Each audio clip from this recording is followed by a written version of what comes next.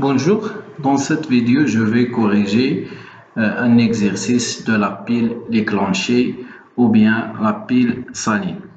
Donc la nécessité d'utiliser des solutions rend la pile de Daniel peu pratique pour les utilisations portables. Ce sont donc les piles séchées qui ont été largement utilisées, telles la pile déclenchée. C'est la majorité des piles actuelles jetables.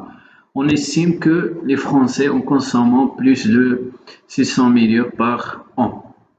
En plus du fait qu'il soit jetable, la pile saline présente l'inconvénient de ne pas se conserver dans le temps.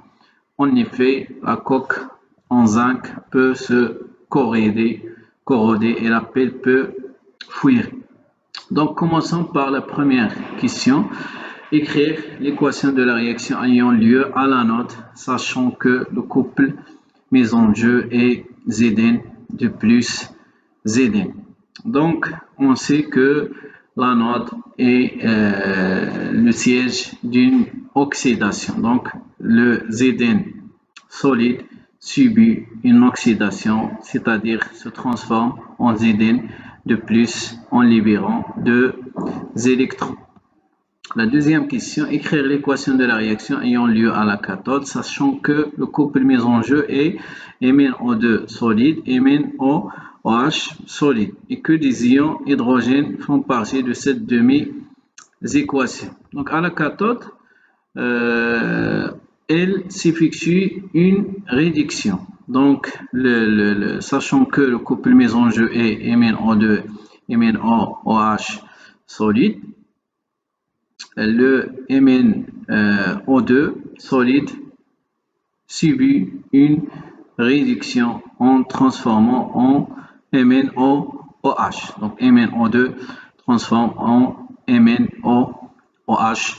Et pour équilibrer cette équation, on ajoute un hydrogène H+ à côté de MnO2 pour équilibrer l'hydrogène et un électron pour équilibrer les charges.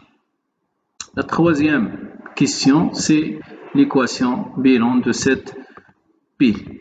Donc, l'équation à l'anode, qui s'effectue à l'anode, c'est Zn dans Zn de plus 2 électrons et à la cathode, MnO2 plus H plus un électron dans MnOH solide.